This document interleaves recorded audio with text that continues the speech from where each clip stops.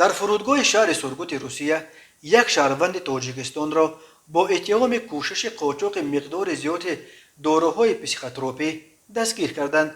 سخنگوی گمرک منطقه تیومن ماریا تانتاکووا خبر داد که هنگام تفتیش باغاج مردی که با خطسیر خوجند سورگوت وارد روسیه شده بود از جامدانش 86 قوطی داروی فنوباربیتال یافت شده است.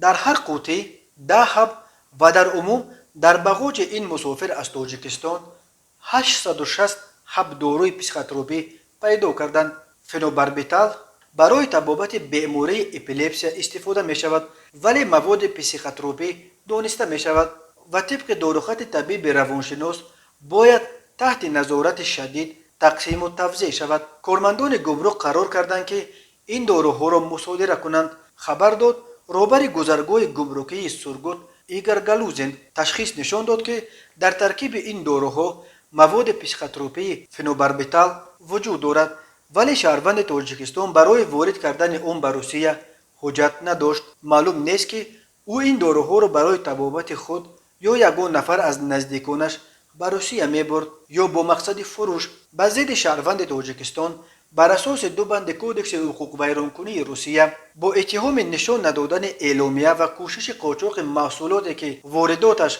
به روسیه محدود شده است پروتکل ترتیب دادند. به او برای این جریمه به مبلغ از 1000 تا 2500 روبل با مصادره مواد گرفته شده تهدید میکند.